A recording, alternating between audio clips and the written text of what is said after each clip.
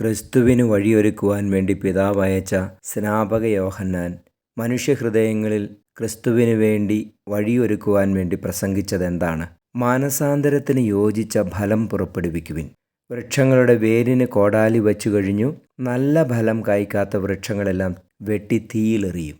മാനസാന്തരത്തിന് യോജിച്ച ഫലം കായ്ക്കാത്ത അത്തിവൃക്ഷം ഒരു നാൾ ഉണങ്ങിപ്പോയ ഒരു മഹാസംഭവം വിശുദ്ധ ഗ്രന്ഥത്തിൽ നമ്മൾ വായിക്കുന്നുണ്ടല്ലോ. അതുപോലെ തന്നെ ഫലം കായ്ക്കാൻ വേണ്ടി കാത്തിരിക്കുന്ന കർഷകൻ വീണ്ടും വീണ്ടും ചുവട് കിളച്ച് വളമിട്ട് വെള്ളമൊഴിച്ച് നല്ല ഫലം ഉണ്ടാകുന്നതിന് വേണ്ടി കാത്തിരിക്കുന്നത് നമ്മൾ കാണുന്നുണ്ടല്ലോ. ഫലം കായ്ക്കുന്ന ജീവിതങ്ങളായി മാറുക എന്നുള്ളതാണ് ക്രിസ്തുവിനെ സ്വീകരിക്കുന്നതിനുള്ള അടിസ്ഥാന യോഗ്യത എന്ന് നമുക്ക് തിരിച്ചറിയാം. മാനസാന്തരത്തിൻ്റെ ഫലങ്ങൾ പുറപ്പെടുവിക്കുന്ന വ്യക്തികളായി നമുക്ക് മാറാം. ഈശോ അനുഗ്രഹിക്കട്ടെ. Ave Maria.